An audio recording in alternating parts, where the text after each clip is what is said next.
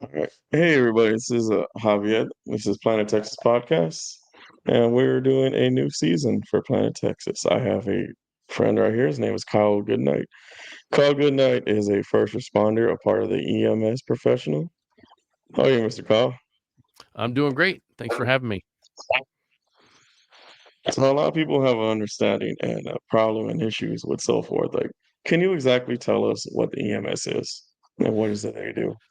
Yeah, so EMS is the emergency medical system. I'm an EMTP paramedic. There's three different levels of EMTs: the basic, the intermediate, and the paramedic. There's other ones too later on, like critical care paramedic, but that's the basis. So if you run into anybody who is an EMT, they're either a basic, an intermediate, or a paramedic.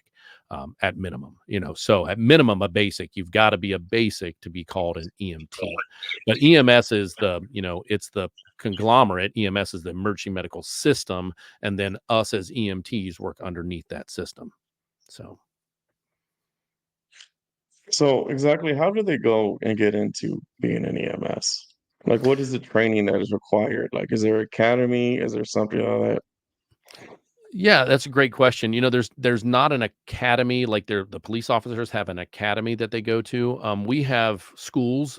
There's like I took EMT basic at a career center, a local career center. I was already a respiratory therapist before getting into EMS. So I had a bachelor's or had a associate's degree of respiratory therapy from Columbus State, and I was working as a respiratory therapist in level one trauma centers and level one trauma ERs and ICUs for about 10 years before I became a paramedic. And I just went to get my basic to get things off the ground. I went to Delaware Area Career Center is the name of it, and it was an evening classes, adult version classes, and I ended up becoming an EMT basic, and then I went and found a program that allowed my respiratory therapy background to kind of piggyback on the paramedic background, and was able to sit for the national registry. And that's what everybody in the nation that becomes an EMT, they have to take what they call the national registry. It's not each state can credential you once you're into the system, and you have to abide by their credentialing rules. But when it comes to starting out, everybody takes the national registry basic when they're become a basic, intermediate if they're trying to get to the intermediate, and then paramedic, national registry to become a paramedic. And that involves like a written test and then a hands-on, like a proctor. Like you go in and you have different scenarios and you go in and you work it, and BSI scene safe as you walk in, so they know that you understand that our safety, because we don't carry guns like the law enforcement people, right? And Mm. and we sorry, my dog was barking. No, you're good. So You're right. yeah, and so, we have to make Mm. sure the scene's safe. You guys as police officers and law enforcement, we wanna make sure if it's a not every scene needs law enforcement, but the scenes that do need it, we need to make sure that we have that there, and then that we're safe. So that's something that we do, when it comes to training. We have the hands-on training, the written training, and then if we pass both of those, we become EMT basic or paramedic or intermediate, whichever one we're taking. You don't have to stair step through basic, intermediate, and then paramedic. I think everybody, like, if you go to a paramedic school, if you go to a paramedic school, you can kind of take your basic within that, and during the middle of all that, you can take your basic test, but you're still continuing on to be a paramedic, and then you eventually take your paramedic test. Then there's some people that just want to stop at basic, and then that the basic is not allowed to do the advanced life stuff. Like they're not allowed to interpret EKGs, they're not allowed to start IVs, they're not allowed to intubate on a respiratory distress, and that is, of course, per state. Each state has rules of what the EMT basic can do. Each state has rules of what the EMT intermediate can do, and then what we as paramedics can do. There's certain things that we're still not allowed to do that doctors do in the ER that we're not allowed to do in the field. Even as a paramedic. But once you're on the paramedic path, you are able to give narcotics if people need pain meds. You're allowed to give cardiac drugs. You're allowed to interpret cardiac rhythms. You're allowed to do all of the advanced life support stuff as a paramedic. So that being all said, what are some of the things that people actually don't know that goes on as an EMS? That's actually like, how does your day start when it Well, comes to my you being day, an EMS? yeah, my and let's back up for a couple of seconds. There is people like Okay. I am only a paramedic. But we do have a fire service. A lot of fire services also piggyback on EMS, right? So a lot of fire departments in the country also have either are both paramedic and a firefighter, or a basic and a firefighter, or they have EMS systems within their fire department. Some places, depending on where you're at, I mean, I can only speak, of great knowledge on Ohio law and what Ohio does. But every place is a little bit different. I've heard of some places where no, EMS is private. It's a private entity. They are not fire based, and then the firefighters are only firefighters. Now, those firefighters could be EMT basics as first responders too, but they don't cross over to the other company. So there's different versions of how we do it around the country. I can speak for Ohio. We have a like right where I sit right now, we have a fire-based EMS service that is in my town where I live. Now, I work for a EMS only service in the county that I live in. I live in the same county as I work in, and I also live in a city that has fire and EMS as one, and they cover the EMS. The law in Ohio, fire can provide EMS if they choose to. The counties are by law in Ohio, the counties are mandated to do EMS if there's not a fire service willing to do EMS as well. So that kind of takes place in like some of the smaller areas, some of the more, out in the boony areas where they have only like a volunteer fire department. Well, the county will take care of the EMS service, and then the volunteer fire department will do, the small podunkville, right? So it's just a little bit different at every level. And I do know, I worked when I was in medical sales. I was a paramedic and a respiratory therapist and worked in medical sales, and my company covered 7 states. And it was kind of weird because the main state that our company was in was Ohio, but then we had all the surrounding states around Ohio, and the rules and regulations for the other states, we had to make sure we knew which state we were selling into, because we had to know who to call on. Do you call on the fire department EMS, manager, or do you call on the private ambulance EMS person? So that was how I knew that there was different places and different ways in different parts of the country. Like I said, um, uh, Well, I mean, is there an actual difference between the public and the private sectors when it comes to EMS?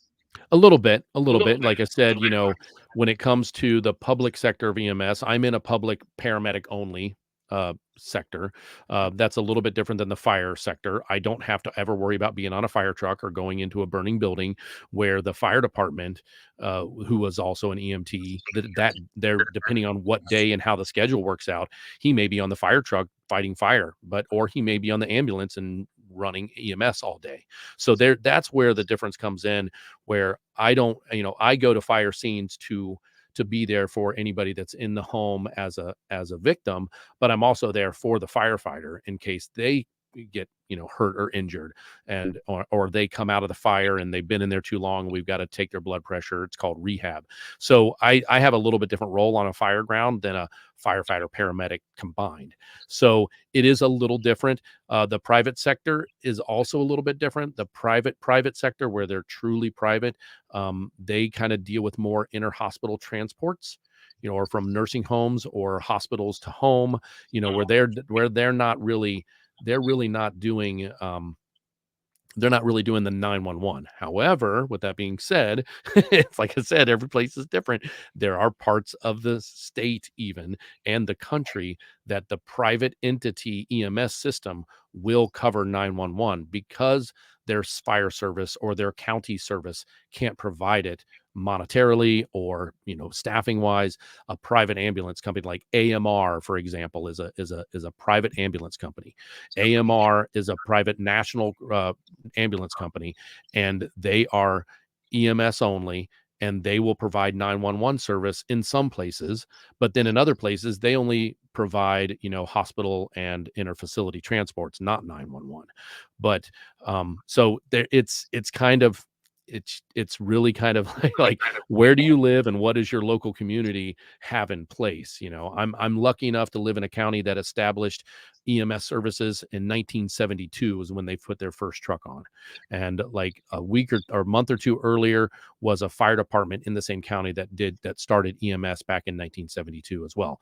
But it was years before other fire departments and municipalities in my county got big enough to have a full-time fire department. So there was a lot of volunteer fire departments, and there's still a couple. We have a couple of fire departments that are still volunteer or just barely get into full-time, and we are the main EMS provider for that part of the county. Our county is pretty decent size. So And also, how does that affect your life being as an EMS officer? What is yeah, that like? that's the loaded question. That's where things can be, Is that where depending. the answer is kind of clouded? It's kind of a can't Yeah, quite answer it, but you can no, answer I it. can answer it. I can answer it because, I've been EMS for, I think I'm at 20 years now in EMS, but I've also was in healthcare for 10 years prior to. So I'm like, and I crossed over. There was a couple of years where I crossed over. I did both EMS and healthcare at the same time. So I've Mhm. had 26 plus years of healthcare slash EMS, um, uh, work. But it's one of those things where, you know, I also live in a home where my wife is a nurse. So on the hospital side of things, you usually work 3 12s or 4 or 5 8s, right? And it's either night shift or day shift.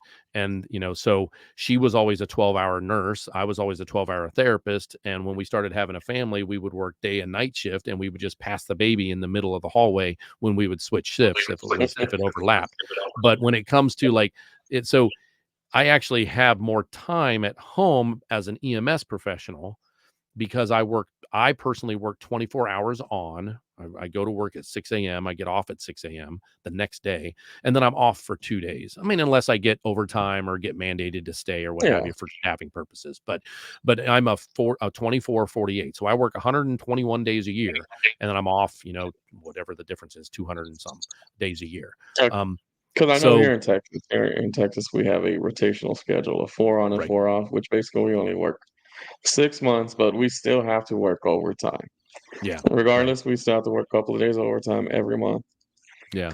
And then our schedules, and it's not always 12 hours. Sometimes it'll be 12, 15. And then like some of the aggravating ones, we'll have to work like 18 hours. Yeah. Yeah. But See, that's generally, the like way it we can was. relate to what you have. Right. That's what it was like for me in the hospital. I would work 12 hours and then I would get mandated to stay 4 extra hours, either on the front end or the back end of my 12. And so when I decided to jump the hospital ship and go back and do pretty much full-time EMS, it was one of those things where, okay, if I have to work at the hospital at 7 a.m., I have to get up at 5:30 to get ready. I have to drive. Most of my hospitals are a little bit further away from me. One hospital was really close that I worked at, but I mean, for the most part, I'd have to be gone from the home at 6 a.m., no later than 6 a.m. for where I live to get to the hospital on time to start at 7. And then I work from 7 till 7 at night for 12 hours. But then you have to give reports. So you really can't clock out until 7:30 for the way that our hospital did it because you took a half an hour lunch and you can't, they don't pay for your lunch. So you're there for an extra half an hour. So What is the so lunch then you break, get right? right, right. So then you get in your car and you come home and it's depending on, that time at night, it's not too trafficy or whatnot. So you can usually get home by 8 o'clock. If you give a really good report and you got some things buttoned up, I could usually get in the car and home by 8 o'clock, 8:30 at the latest. But then when we were raising kids, my wife and I were raising kids, what is that? What is 8 o'clock, 8:30 for a kid? That's bath time, right? That's bath time, or they're already in bed. Like kids go to bed early back, for the most part. At least we did that. So it was one of those things. And then if I worked 3 days in a row, I would leave before they were awake. I would come home before they went or after they went to bed or right when they went to bed. So there was no quality time, right? And then be I'd be like buzzing. You get home from work, you can't. I mean, it's hard to wind down from a level one trauma center where you may have seen some really, gnarly stuff for the day and you're humping all day long and you're busy and you've transported 4 patients to the CAT scan and you're just pumped, right? And then so you wind down and maybe you go to bed at midnight, or try to get to bed by 11 at the best. Is like I could never wind down until at least 11. And, how do you wind down? Of course, you drink a beer, then, like, so there's things that you start getting in the habit of in the healthcare field, working 12-hour shifts. Well, if I work 3 days in a row, I wouldn't really see my kids, like, any, like, quality time with them for a full 3.5 days, basically. So when I went to EMS, I'd be gone for 24 hours. I'd be gone before they woke up, but the next day I'd be home before they wake up. So when they woke up, "Hey, dad's home. Get ready for school, get ready, pack your lunch and see them off to the bus." Or if it was summertime, "Oh, let's go do something on my day off for 2 days straight." And so it was one of those things where I actually felt that I served my family more as a 24/48 than I did when I was a 312. And along with some mandates there, and, sprinkled in, there was times we would get mandated twice a week at one of the hospitals I worked at because staffing was so bad, and I'd be gone for Well, I mean, 16 hours. as a first responder, sometimes you can't always be there for your family because you swore an oath Yep. to It's protect tough. the community Yeah, and yeah, it's one of those things where, inevitably what happens when I'm on duty? Something breaks. Water breaks at the house or the garage door breaks. I mean, I remember one time when my wife calls me, I've been at work since 6 a.m. and she goes to work a little bit later and she goes, "I can't get out of the garage." I'm like, "Oh, is the electric out?" Pull the cord. "Yeah, I can't reach the cord, Kyle. I'm really short. I can't reach that cord." I'm like, "Can you grab something to reach it? Can you climb on something, get a ladder?" So she eventually did it. But what had happened, it wasn't about the cord, it was the spring. The spring broke. And so when the spring breaks, those doors are really hard to get up, right? Even if you pull the cord. I mean, oh, I it's can all the imagine. effort. Yeah, I don't know if you've ever lifted a broken spring garage door. The springs do a lot to help it lift, right? So it's dead weight, right? And and so of course that happened when I was on duty, right? And like the one time she broke down Well, when she was pregnant. naturally that would happen, right? Yeah, exactly. It's Murphy's Law, right? And that doesn't I mean, I don't go to work going, "Oh, I can't wait to see what breaks at my house for my wife to be upset that I'm not there." And that doesn't, that puts stress on me because I'd want to be there to fix it or what have you. She broke down one time in a car when she was 7 or 8 months pregnant, Mhm. and I had to, like, I mean, we found someone to help her out. I got a hold of my father-in-law who was working still at the time, got her to go pick him up, but I couldn't you just can't, unless it's a life or death situation or someone's going into the hospital, or like one time my child got sick and she called me up. She goes, "I'm taking him to the ER. He's not breathing right." I'm like, "All right." And I could leave work. Then, those are the kind of times you'd be like, "Hey, I'm out of here. I got to go be with my kid. And he's just getting taken to the hospital. He's not breathing right." So, those are the things. But when it comes to little things, podunk things that break and or family events or, birthdays or football games or, cheerleading events, sometimes if I'm working, I'm working. Now, can I plan? Can I plan time off prior to that? Absolutely. So I'm used to, like, knowing what I'm doing a year in advance. Yeah, for us in corrections, we have to take time off. It has to be 90 days in advance. If not, then we basically have to, like, beg our senior officers to give us time off. Right. They're like, "Can you please give me time off so that I could just" for Right. what? Because I want to, because I just wanna stay home. Oh, no, you can't do that. It's Yeah. Yeah. And, first responders in general, the firefighters have the same issues, the police officers have the same issues, emergency dispatch, I would think that they have some of the same corrections officers, they have a lot of the same issues that they can't just drop everything and I get mean, out. I can only imagine how it's like to have little children. Because I have one of my coworkers right now, I just went to annual training, and his little girl just laid it on him that he missed the ballerina studio thing, and every single chance when they get into it, she lets him know. Like, how hard is it to actually It is. interact? It is, Knowing as adults, we have an understanding, but, right. like, when you're actually dealing with children, it's not that easy. It's Right, not I that easy totally at get it, all. and that's where, a lot of people think, and this will kind of be a good segue into, some other stuff that we wanna talk about. Um, it's not all about what I see as a paramedic. It's not about the blood and the guts, right? It's not about Mhm. the car accident with teenagers in it, or, it is. There's some rough times. I mean, I've had a couple of pretty bad incidences that I didn't think affected me, and then later on in my career, I'm like, "What is going on?" Because something reminded me of something earlier in my career, or even something reminded me from when I was younger in general before I ever got into the EMS system. That you go, "Wait a second," and your brain plays tricks on you, and that's the kind of things that we deal with as first responders, and this. There's things where you wake up in the middle of the night and you go, "Man, why was I thinking about that? Why did I dream about that?" That was years Mhm. ago, right? That's the beginning stages of that PTSD that we hear so much about, that is prevalent in veterans and fire and police and EMS, and now dispatchers are another one that's really bad, because they hear it all and they don't get to physically do anything other than talk and try to help them through talk. But Well, it's one of PTSD was never actually a subject until just recently. Yeah, for the PTSD most was part. always, Yeah, hush hush. they've become part of the forefront of like mental Yeah, health since we're getting right. into somewhat of mental health training and so Right, forth. right. Yeah, But yeah, it but was never a thing.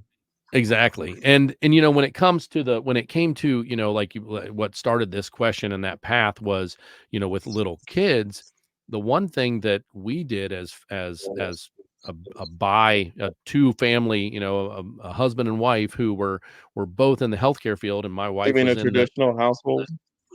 yeah, like we were both in the like she saw I know it's serious. terrible when we say that. Like it's hard Yeah. to say traditional household, but it is a traditional Yeah, it's household, the all 2 right. kid it's wife and husband Mhm. and 2 kids and 3 dogs. Well, I got 5 Yeah. dogs. 2 of them are here with me because they were, like, wanting to be with me in my office. But, it was one of those things where we never really with our kids, we never sugarcoated stuff. We age appropriately, and HIPAA, Mhm. we had to abide by HIPAA, but when we would come home, we wouldn't sugarcoat, like, "Oh, hey, bud, I had a really rough shift. I just want you to know I had a rough shift. I had to deal with some stuff that was, pretty intense, and if I don't feel like I'm the normal dad, it's because of that. It's not because of you. There's communication was always there, right? I Um, mean, because things that happen yep. gets you kind of out of sync of what you're Yeah, actually here absolutely. for. Yeah, I mean, it happens I've to me, it happens to a lot of first right. responders I've done where you CPR just on can't. Right. I've done CPR on a kid one time that came into the hospital who was a drowning victim, that one of my nurses came up and grabbed the back of my shirt and pulled me away from him as I'm trying to deal with his airway. And I'm like, "What are you doing?" And she's like, "You need to get out of here." I'm like, "No, why?" She goes, "'Cause that kid looks just like Carter," which is my son. And I'm like, Mhm. I don't care. I'm the respiratory therapist. No one else is here doing respiratory therapy. I need to breathe for this kid. I am stepping up to the plate. I can move that aside, and I'm going to deal with this situation." Unfortunately, things didn't go well, and we ended up having to call it. And did I go away and get a little private time and grieve? Absolutely.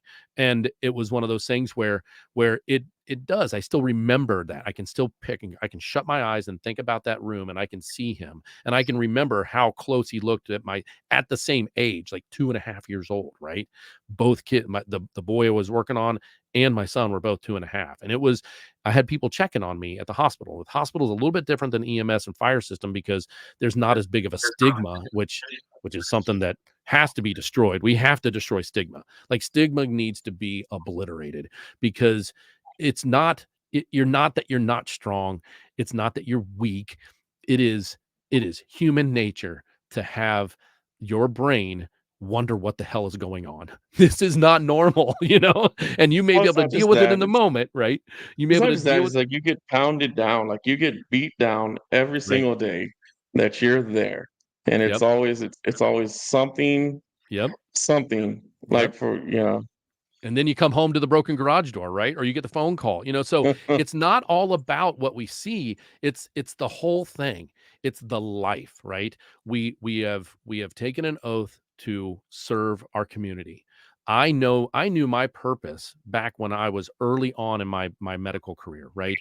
My mom got real sick, and I ended up having to be a full-time caregiver for my mom. I've done emergency procedures on my mother in our home, right? And when that got all done, I was already a respiratory therapist for a couple of years. I knew how to do some of the, the early stuff when she'd stop breathing or her pulse rate went down, because she was really sick. And we extended her life by 2 years just because of my background, right? Times when I knew how to call the squad or I knew how to do a life-saving procedure on her. Well, Mhm. when that got all complete and she ended up moving on out at 56 years old, unfortunately, that's how young she was. It was a clear understanding that this is what I'm supposed to do. I was put on this earth to help her extend the 2 years. So, my dad wasn't ready the first day she went down 2 years prior. Nobody was ready, right? And and through my dad and myself and the medical direction we had, we extended her life longer than it would have been if she would have succumbed to that first day that we ended up doing some life-saving events with her. So I've known my purpose for a long time. When I went into medical sales, there was still a purpose because I sold the products that help save lives. I could still be my purpose. I could still save lives and make a difference and be, someone who was trained and able to make decisions in a hard situation, to give that person or that family the best chance they had for their accident or for their emergency or their sickness. So I've known my purpose for a long time.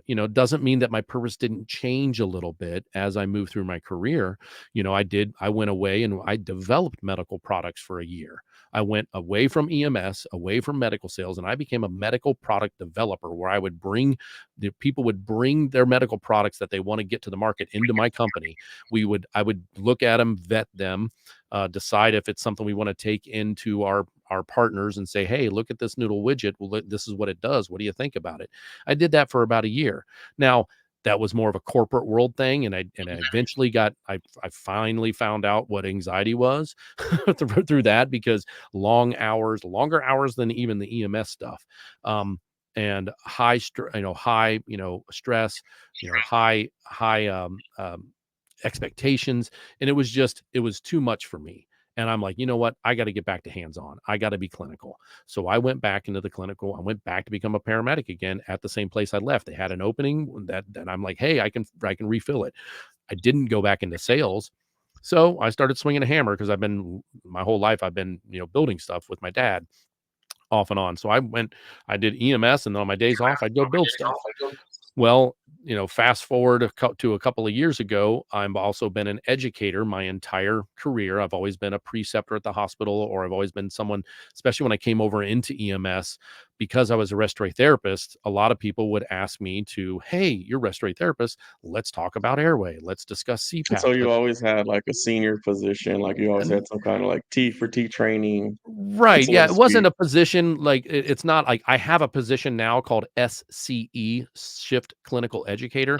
I have a position like that now, which is actually it is a bump in pay, but it's also a bump in responsibility. I help, me Mhm. and 5 other people of my team, along with our medical director and our training division. We create training modules every month to bring out to our crews, and then we also do, uh quarterly, sim labs where we set up a car and act like there was someone that was flipped over, and how do we extricate them and that kind of stuff. So Yeah, you we go do through like, some kind of annual yeah, training, we some have kind of, all like, kinds of training. Yeah, we have everyday. core comps Yeah. coming up. Yeah. So I'm a big part of that now.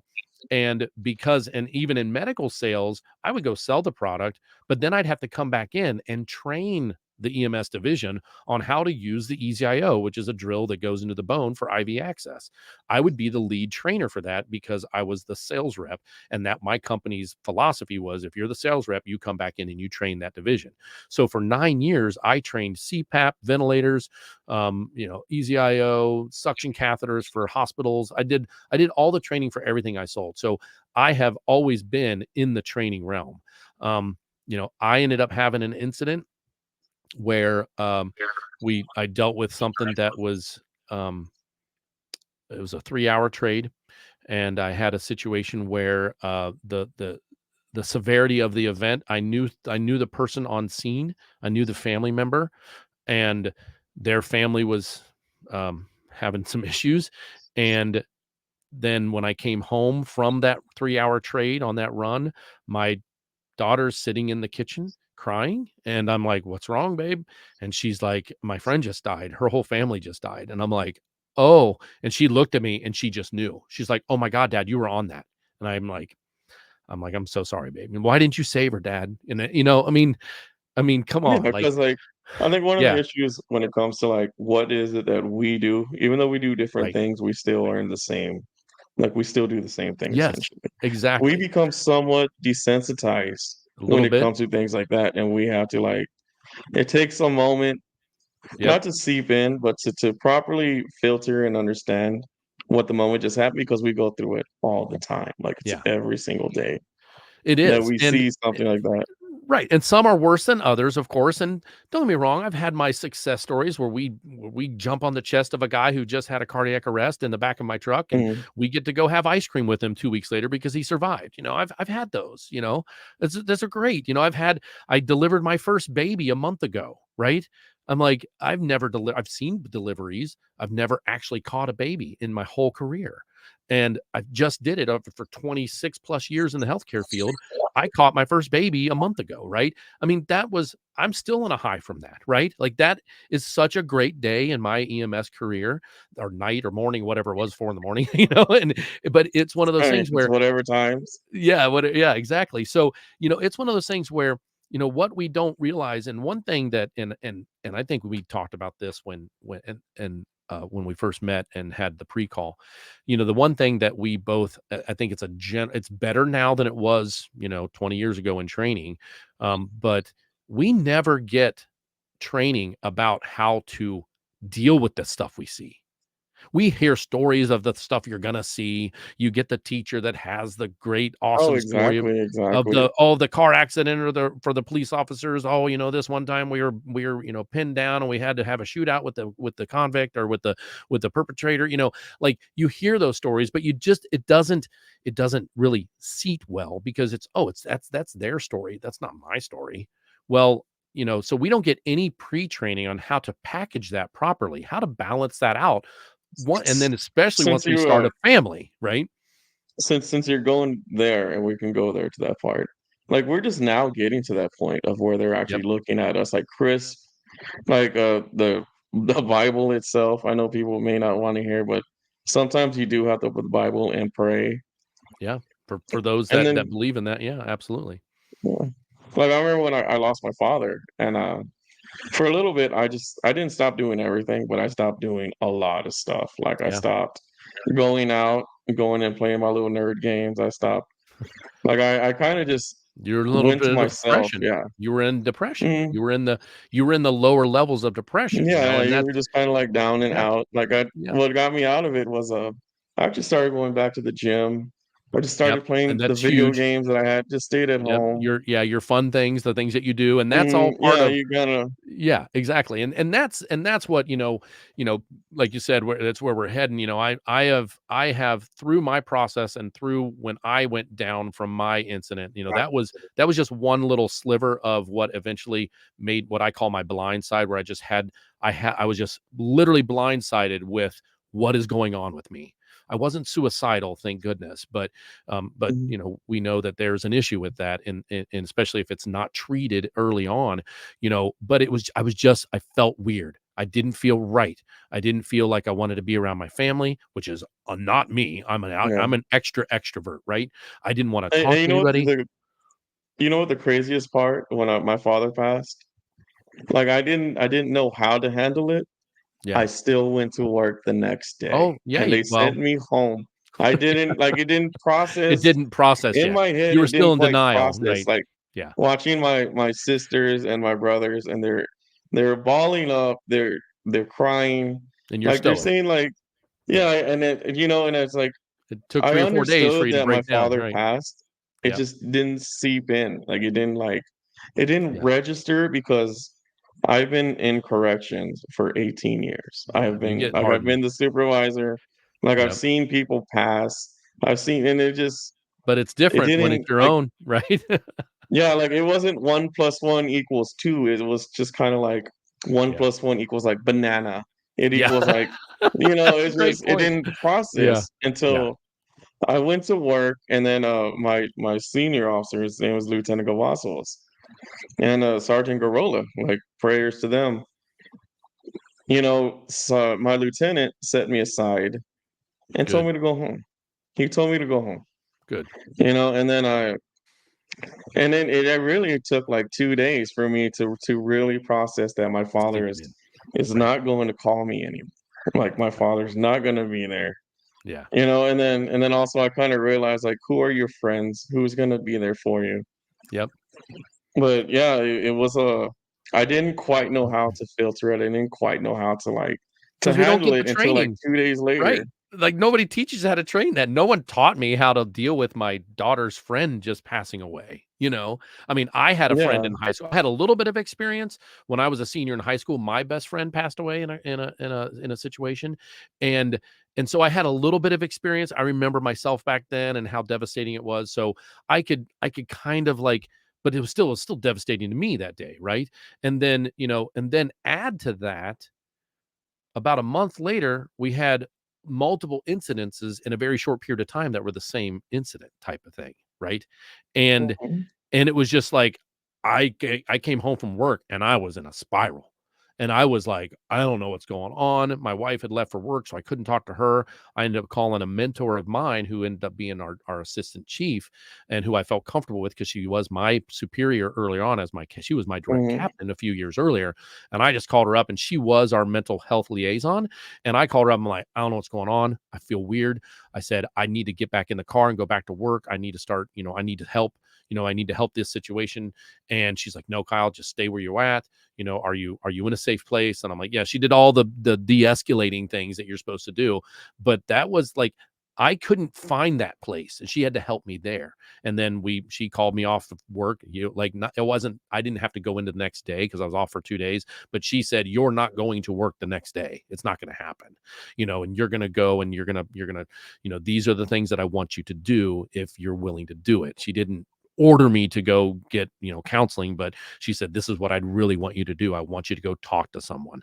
And so I did, and everything, so I came out from that situation in a much better place, as like I am now. And it unpackaged what was nice about that situation. And people are like, "Well, I don't want to go to a counselor, I'm tough, the Oh stigma, yeah, because you're a man, and you're a man." And I'm telling you right now, come on now. Come on. You can be a man and not say that you need help, and have this internal frustration, and the divorce rates of 75% in first responders, and substance abuse rates that are 30% higher than anybody else in the country, and suicide rates that are just, they're not, they're just, it's a higher chance, well, right? yeah, And the statistics of the first statistics, responders and like yeah, self-harm, it's yeah. outrageous. It's in Yeah, and police officers, they're more likely to die from their own gun than they are from the perpetrator, right? That's like, whoa. We like just a lost lot a of people don't fire. understand like the divorce Right. rate of what actually Oh, goes on because yep. you're I've married to your job when you're supposed to be Yep. married to your wife. Right, But and when you sit there and I've saved my marriage twice. Almost, well, I'd say 2 and a half times. There was when the other one was involved, the 3rd one was involved with that, one job, that corporate job. The stress was so heavy that my wife was like, she told me when I came home and told her, "Hey, I put my 2 weeks in," she was like, "Thank God." I'm like, she's like, "You were days away from getting the ultimatum again." So I truly saved my marriage at least once. The first time was early on in our marriage. It was more of like a, "Oh my gosh, we're married" situation. And then the second one was a true 2-year fix, a long-term, repair. She did a ton of work inside of that 2 years, just like I did. It wasn't all me. I wasn't the only one that saved the marriage. She well, because also like saved people the don't marriage. understand the sacrifices that they make Yeah. Yeah, in order for exactly. you. Because what happens if you get hurt and they have to take Right. care of you? Oh, that's Not like happened. take I've care of you had forever. I've had back-to-back shoulder surgeries every year. And Yeah. when I'm laid up with a shoulder, I can't I can't feed the dogs the same way. I mean, you get better, of course, but, Well, like there's a yeah. I remember my ex-girlfriend. She was like, if I could take care of you forever, I'll be fine with that. But you are impossible to deal with for like short term. Like you, I don't Yeah, know, I well, can't deal with you just for. yeah. I mean, luckily, that's the beauty of also being in the healthcare field. It's like, I've also had situations where, there was a period of time where I made the wrong decision for my little girl when she was 6 years old. I didn't take her to the hospital or call the squad fast enough, and she ended up going on life support for a day and a half and being put in the Oh, ICU. wow. But on the backside, I beat myself up for weeks and months over that, right? And through the brotherhood, and I was still calling on fire departments back then. I opened up. I mean, this fire EMS fire chief. He's like, "Kai, you just don't seem right today. You're not yourself." And I'm like, "Well, you know," and I kind of told him the story, and he's like, Yeah. "Listen." He goes over and he shuts his door, and we had a little one-on-one session. I wasn't even his employee, right? But he saw that I was a first responder in crisis of what a decision that I failed to do properly, right? And he's like, Mhm. he shared a story about himself, who he made the wrong decision for his father-in-law, and how that affected him over a several month period. But then, and it was one of those things where sometimes when you hear the story about someone else going through crisis, you have some solace from it, right? And you package it a little bit different way, because you're like, okay, I'm not the only one. I didn't, because we're all going to make mistakes. Come on, we're none of us, Well, nobody is 'cause perfect, right? You know one of that. the big Everybody problems should know that. I think Yeah, one of the biggest problems is that we do get addicted to, like, alcohol and drugs, and we are the law enforcement. We are the people responding to the emergencies, and these things happen to us, yeah, which yep. is incredible to me that we are addicted to I'm not gonna say, like, because weed is not it's so idiotic kinda thing, but actual heavy drugs. Right, right. Well, we can't do that in the EMS. We somebody bumps Yeah, into the truck into the a parking, thing, and dents the truck a little bit at the hospital. We all have to get a piss test. So, so that's yeah, like, yeah, I can yeah, it's a imagine. yeah, but nonetheless, yeah, I mean, we know that, like I said earlier, the research that I've done, through what I'm doing now, and I'm finally doing 100% of my resume. As you said on the beginning, for your little demo and thing, I am a voiceover actor, and I started that about 6 years ago. And I'm in my booth. I'm in my studio right now, where I read books for people or do education. I do some medical stuff, where I've done commercials. I was on a national Yahoo commercial once, and I didn't know why I was doing it, and now I know, because now I can do what I wanted. Like, I have basically taken the incident that happened to me with that family, and then the next month, everything that happened to all the community. I basically got on the backside of that, in a mental health proper place, and I have the education, I have the ability to build courses, I have the way to get the message across, to get people to listen. I've had so many people come up to me in just regular training, like, let's say, CPR training. Kyle, I've never heard it explained that way. You made so much sense why we have to do it this new way, right? And I've had people say that my whole career, and I blew it off like, "Oh, okay, it's just, okay, I knew about respiratory stuff. Okay." Or, "Oh, I knew a lot about this." It and because I'm an extrovert and because I'm outgoing, I feel that I don't know a stranger. I feel like I connect with my audience, whoever it is. I've gone into to teaching situations where I didn't know a soul in the room. So you just sit there and you're like, okay. And by the end of the thing, people are coming up and they're having deeper conversations about what you just trained them. And I'm finally going to put all of it together, right? I'm going to take my background, my hardships, my successes, my ability to teach, my ability to be in front of humans, and be able to make a difference and have them feel something, and have them tear down their walls and be vulnerable, and admit that they do feel a little funny once in a while when they have this one type of run, because they don't know why. Well, it could be something that happened before you ever even got into the world of EMS, or police, or dispatch, right? And it's one of those things where I'm actually building a course, and I'm actually having a free webinar about it, to be a resilience training, individual. There's people out there doing it. We don't have enough. So When exactly what is it that we're so talking about, the Yeah. webinar So the you're webinar is just an introduction. There's going to be some value in there. There's going to be a discussion about, 4 or 5 different things that can help us with our mental resilience. The basically, what we ever got trained for in the in the process of learning how to become a law enforcement officer or a policeman or a firefighter or an EMS or dispatcher. We never got the discussion in the beginning. They are starting to sprinkle that in a little bit now. I talked to one police officer and he's like, "Oh, we get 2 hours of personal, mental health training." I'm like, "Oh, cool, 2 hours a week during school?" No, no, 2 hours total. Which I'm is like, 2 hours. "Oh, It's 2 oh hours shit." He's overall. like, "Well, that's up Yeah. from one." He's like, "We maybe, so." And then myself as a paramedic student, I nobody ever mentioned anything about how to package what we see and what we deal with and discuss not just what we see and deal with, but the family situation. Like there has to be discussion up front and in the middle of someone's career and at the end of someone's career. The nice thing about what I'm doing is I'm catering it to everyone, from the beginning person who just sat their butt in the seat for the first time to learn about EMS or fire, to whoever is getting ready to retire and they're retiring early because they don't know what's going on with them, right? And they've had a whole career of stigmatized situations where, like, well, we don't admit that we're weak. We don't, if I say that I've got a problem, then I'm not strong. I'm not a man. I'm sorry. That's got to be torn away. You are a man. You're a man whether you know it or not, whether you're having feelings or not having feelings. If you're having bad feelings inside your brain and you're just not feeling right, you're a man when you say, "Hey, listen, can we do something about this?" So basically what it is basically it's training to, one, figure out where it came from, two, tear down the walls of stigma, uh, three, to do things like you mentioned earlier. You mentioned that you started working out. Okay, well, that's a big part of it. Working out helps your endorphins and it helps you get out of that low level depression. If you're deeper in depression, there's other things. There's a lot more now than they ever have been that deal with it, other than going to a shrink, right? Everybody thinks, well, I'm not going to a therapist. Why would I do that? I don't want to talk about my Yeah, problems. I'm a, therapists I'm an for women. introvert. They're not Yeah, no, gonna no, it's not. But there's more than just that now. There's more. Yeah. There's hypnotherapy. There's EDMR. There's light therapy. There's different things, and I want to even stop using the word therapy because that scares the shit out of people. Right?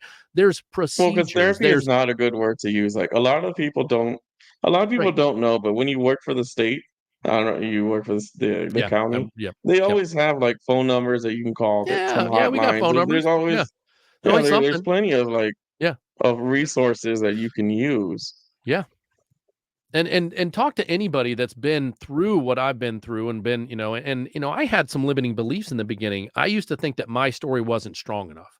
I don't want to tell my story because, man, whatever. It's not getting shot at or seeing your partner get shot or having somebody get burned up in a building from a fire department, or someone falling through we had a situation where a firefighter fell through the floor and they passed away in Cincinnati a few years ago. And that devastated their department. They were, like, it's not about, the things that we see. It's about how we package it and what we can do once we see those things and how we can put those in the right compartment.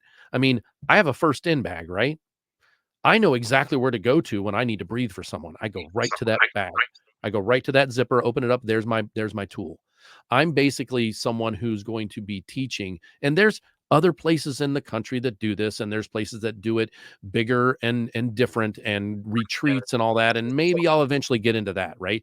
But right now, I just want to be the normal guy who's still in the field, who's still doing the work, who's still seeing the crap that we see, that wants to help tear down the stigma and teach you how to pack it properly so you know where to go when you come home from that run and you just don't feel right, right? You come home and you want to be a little isolated, but you know what? I learned something in Kyle's class that said when I come home, there's a switch I can use. There's a mental decision that I can make that I can leave that behind, and it works because the brain, just as good as you can do negative stuff to yourself, you can do positive things. You just have to teach your brain and rewire it a little bit. And part of the course is about how to rewire the brain a little bit, how to self-talk, how to be, how to use exercise, how to use mindfulness, and how to, like, understand some of the things that are going to come to a blind side. Financials, what do most people do that start when they're young and they start making all kinds of money? They go out and buy the big truck, right? You know? And Yeah, then they now go spend the money they actually don't have.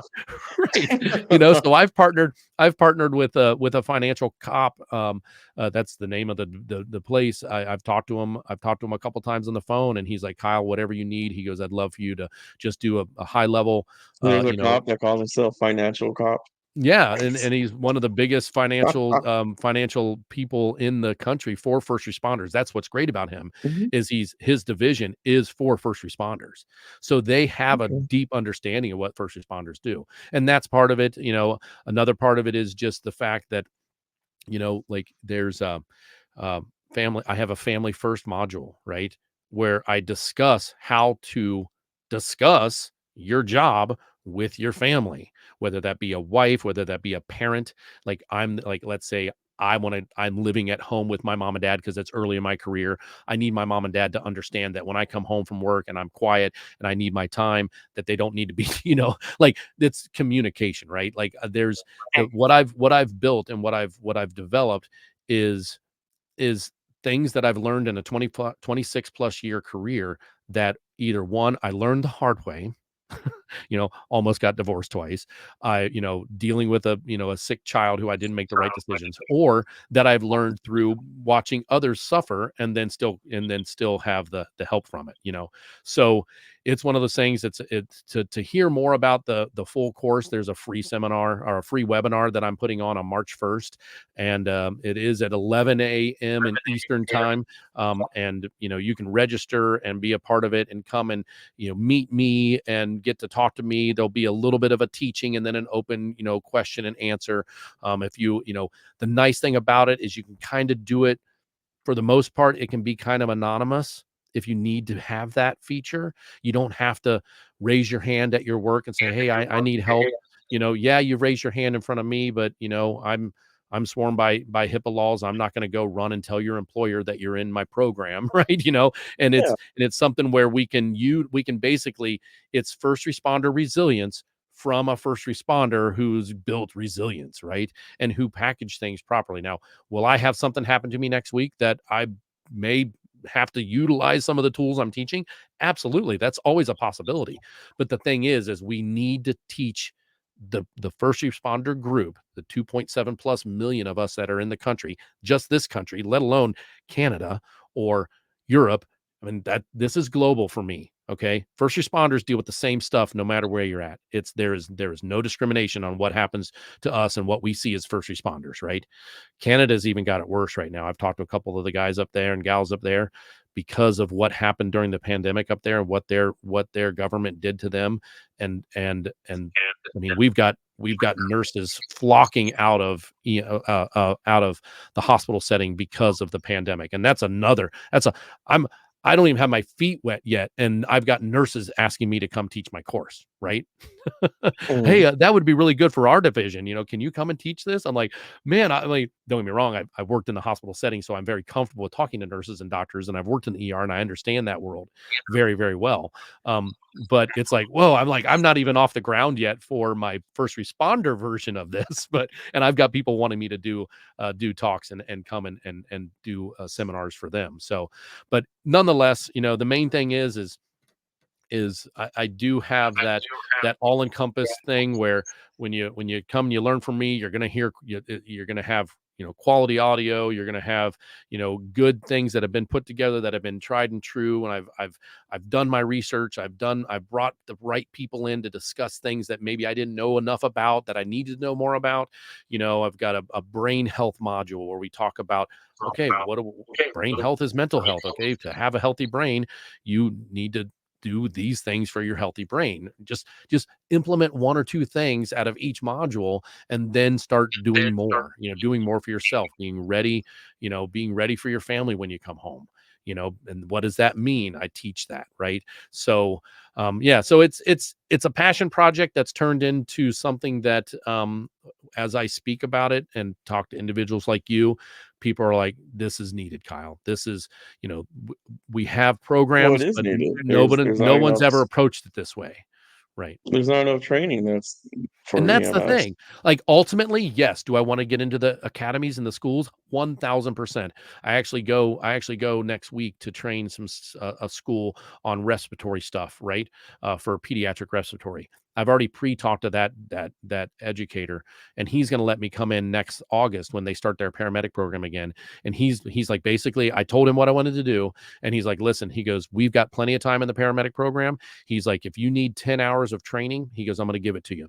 He goes, if you have 10 hours of training that's specifically towards what you're saying, he goes, I will give you 1 hour a week, 2 hours a week, whatever it takes to get this stuff into their brains so they know what to expect, and they know maybe they won't have to utilize it for 5, 10 years down the road. But if they also do the stuff I've taught them at early age of being a first responder, then then the devastation isn't as bad. Hopefully, that's the concept. Like, the hypothesis is, if I teach them how to be more resilient when the bad shit comes, whether it be family, personal, or the job, they know how to package it properly, and they know where to put it in that first in bag and go get the help that they need from that first in bag without doing a big, hey, I'm messed up, I need help. If you can do that early on when it's just little stuff, what does it mean by going into the bag and getting out the mindfulness module and saying, okay,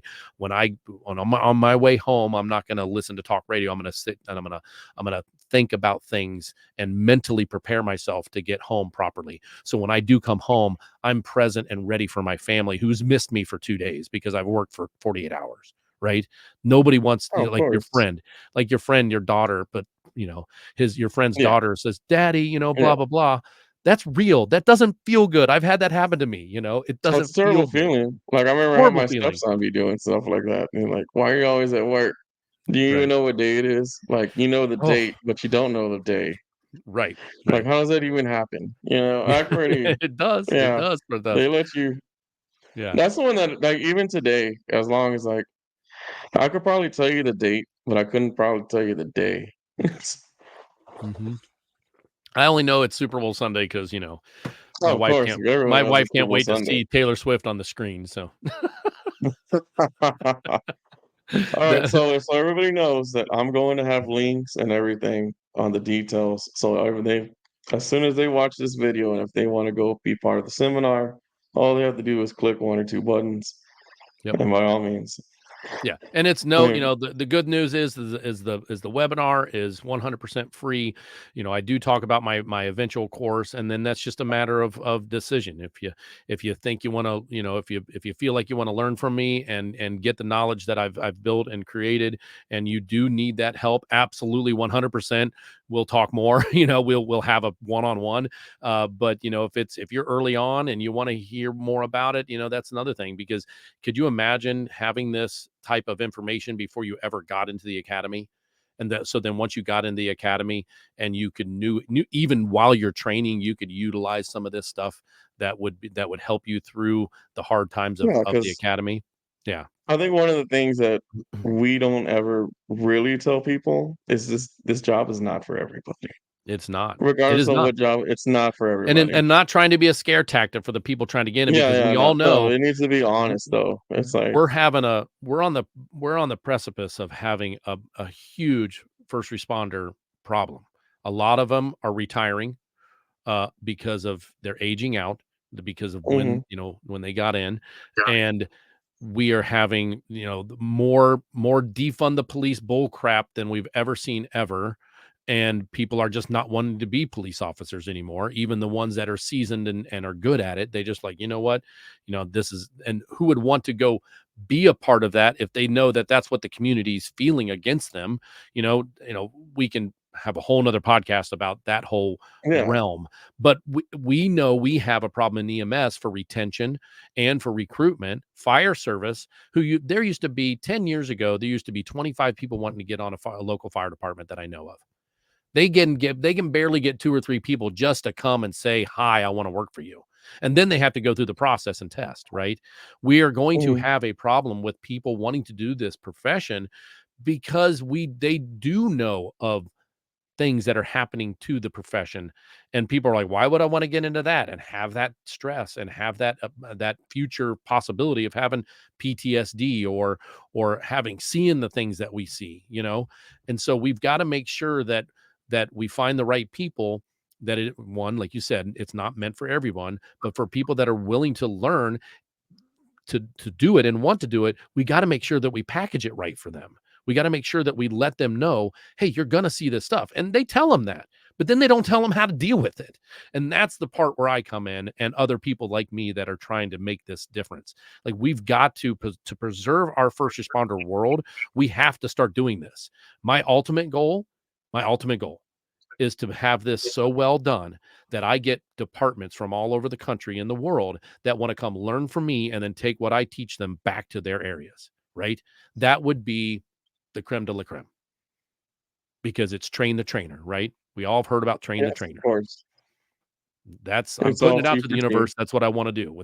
Within 5 years, I want to be training the trainers that can take the information that I've packaged and I've learned from listening to podcasts, listening to other people that have done this, talking to I've talked to a couple of physicians that have first responder resilience retreats. I talked to one doctor out in California. He's like, I don't have anybody on the East. Everybody I deal with is on the West Coast, and I don't have enough time.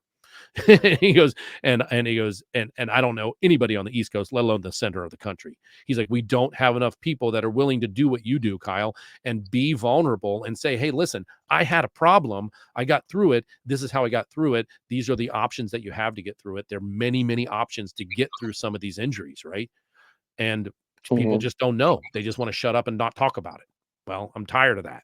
I'm tired of losing firefighters for PTSD or police officers because they don't know how to say, hey, I don't know how to process this properly. You know, that's not right. We need to be able to say, hey, I need help Well, we need to make a change. processing this. We Right. need to have, so I'm going to go ahead and tell everybody that I hope you subscribe to Planet Texas Podcast. Kyle, did you want Absolutely. to add your, don't Yeah. forget to add it. Also, we're going to have the links. And if you really want to see the webinar, if you want to continue the education, by all means, continue. Yeah. Please do But so. did you Please have do. anything to say before we get off? No, I just appreciate the time and the opportunity to come on your show and speak about this openly and be a little vulnerable.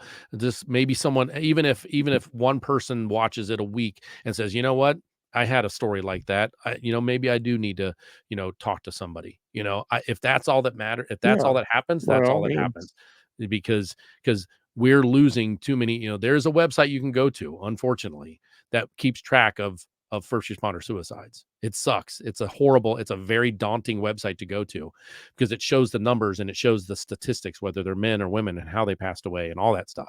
That's Mhm. that's the ones they know about, let alone the ones that attempted. And we always know that there's more attempts than Yeah, there are successes. So, ultimately, yes, this course is meant to save lives. I want it to be zero. We all want it to be the people that are really in this industry and really care about it, and which is pretty much everybody in it. They don't want any of their comrades to succumb to that. They don't want any of their comrades to not feel right. But sometimes it's hard to say, hey, listen, let's go ahead and talk about it, or let's go ahead and package it a little bit differently, or teach you something that can help you. Like, if you're an introvert and you don't want to talk to anybody, that's fine. At least learn from someone how to package it properly and and give you some tools that you may have never heard that are out there, or ever been taught in the system as you come up. So I all right. appreciate your time. Thank you. Told And you I you, was a good night. talker. All I right. told you I was a talker. You're good. You're good. You're good. By all means. All right. So we're going to go ahead and sign off. Thank you, everybody. Thank you for Yep. taking the time being on the show.